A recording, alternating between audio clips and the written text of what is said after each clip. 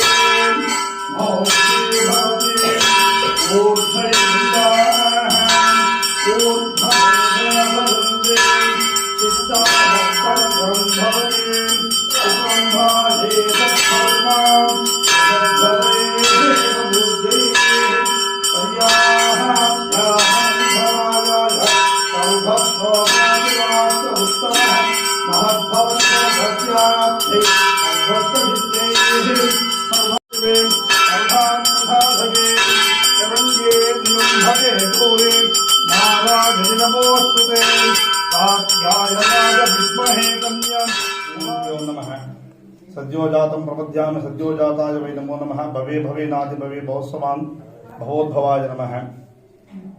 ಇದು 1000 ವರ್ಷಗಳ ಪುರಾತನವಾದಂತಹ ಇತಿಹಾಸವುಳ್ಳ ಒಂದು ನಾಗನಾಥೇಶ್ವರ ಸ್ವಾಮಿ ದೇವಾಲಯ. ಸುಮಾರು 19 ವರ್ಷಗಳಾಯಿತು ಜೀರ್ಣೋದ್ಧಾರಣೆಯಾಗಿ. ಪ್ರತಿ ವರ್ಷ ಶಿವರಾತ್ರಿ, ಕಾರ್ತಿಕ ಮಾಸ, ಹೊಸ ವರ್ಷ ಆಚರಣೆ ಇಂಥ ಕೈಂಕರ್ಯ ನಡೆಸ್ಕೊಂಡು ಬರ್ತಾ ಇದ್ದೀವಿ. ಇವತ್ತು ಈ ಒಂದು ಆಂಗ್ಲ ಸಂವತ್ಸರಾದಿ ಆರಂಭ ಮಹೋತ್ಸವದಲ್ಲಿ ಎಲ್ಲ ಆಸ್ತಿಕ ಭಕ್ತಜನರು ಬಂದು ಸ್ವಾಮಿಯ ದರ್ಶನವನ್ನು ಪಡೆದು ಈ ವರ್ಷವೆಲ್ಲ ಕೂಡ ಅವರು ಮಹಾಲಕ್ಷ್ಮಿ ಕಟಾಕ್ಷಕ್ಕೆ ಪಾತ್ರರಾಗಬೇಕೆಂದು ಶಾಕಾಂಬರಿ ಅಲಂಕಾರ ಅಂತ ಮಾಡಿದ್ದೀವಿ. ಶಾಕಾಂಬರಿ ಅಂದರೆ ಬರೀ ತರಕಾರಿ ಎಲ್ಲ ತರಹದ ತರಕಾರಿಯ ಅಲಂಕಾರವನ್ನು ಮಾಡಿ ಸ್ವಾಮಿಗೆ ಆಯುಷ್ ಕೊಡುವವನು ಪರಮೇಶ್ವರನು. ಯಾಕಂದರೆ ಮೃತ್ಯು ಭಯ ಇಲ್ಲದೆ ಮಾಡುವವನು ಪರಮೇಶ್ವರನು. ಆದ್ದರಿಂದ ಅವರಿಗೆ ಈ ಒಂದು ಶಾಕಾಂಬರಿ ಅಲಂಕಾರವನ್ನು ಇವತ್ತು ಮಾಡಲಾಯಿತು. ಈ ಶಾಕಾಂಬರಿ ಅಲಂಕಾರದಿಂದ ಎಲ್ಲರಿಗೂ ಆಯು ಪ್ರಾಪ್ತಿ ಆಗುತ್ತದೆ. ಯಾಕಂದರೆ ಈ ಒಂದು ಇಂದಿನ ಇತಿಹಾಸದಲ್ಲಿ ಅಲಂಕಾರ ಅಭಿಷೇಕ ಅನ್ನೋದಕ್ಕೆ ತುಂಬ ಪ್ರಾಶಸ್ತ್ಯವಿದೆ. ಇದೇ ಪ್ರಕಾರವಾಗಿ ಪ್ರತಿಯೊಂದು ಅಲಂಕಾರದಲ್ಲೂ ಒಂದೊಂದು ವಿಶೇಷತೆ ಇದೆ.